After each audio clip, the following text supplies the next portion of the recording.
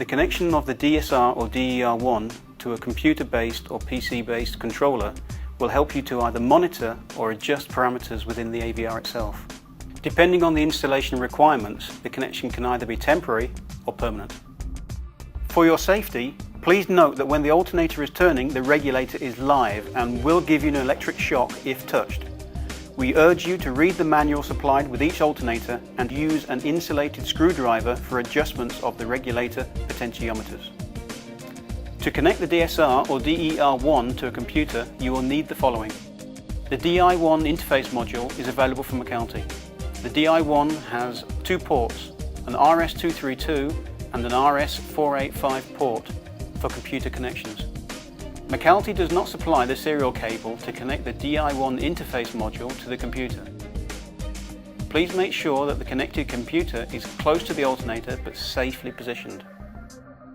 Included in the interface package is a COM connector to connect the regulator to the DI1 interface. Figure 9 and 10 of the digital regulator manual show how the interface connections may be used. Examples of temporary and permanent connections are shown. Both the regulator and the DI1 interface module require an AC supply voltage to function.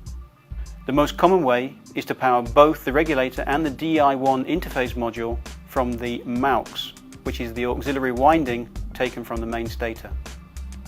Optionally, you can power the DI1 interface module from a separate 9 to 14 volt DC power supply. Please refer to the digital manual for more detailed instructions. There are two sets of computer firmware supplied by Macalty for the connected computer. The first is the reader, which enables you to monitor real-time voltage and frequency. It will also give you a status of the 7 alarm conditions. Please note that without any special adaptation, the voltage you will see on the Macalty reader will be the line to neutral voltage. The second set of Macalty firmware is the terminal. With this program you can change many operating parameters such as the volts, frequency, slope, short circuit duration, as well as voltage, stability, etc. We will not go into detail regarding the terminal program in this presentation. Please note that the settings you make with the voltage potentiometers on the AVR board itself are not the same settings as you would make with the software.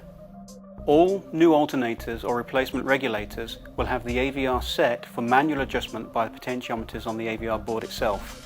The software within the AVR is set to be an average which will suit the majority of applications. If you wish to change the alternator from 50 Hz to 60 Hz or vice versa, then you must either access the software settings using the terminal program or alternatively fit an electrical jumper connection on the electrical terminals of the DSR or DER1. Please refer to the digital regulator manual. With all connections made, checked and the computer securely positioned, now turn the alternator.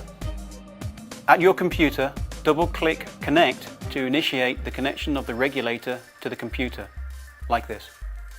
The communication LEDs should now have the LED lit for connected. You can see here that the system is connected and you can read the real-time voltage and frequency. The list of alarms are shown in the reader screen. With the terminal firmware you can also see the type of alarm, number of events, duration of events and total time.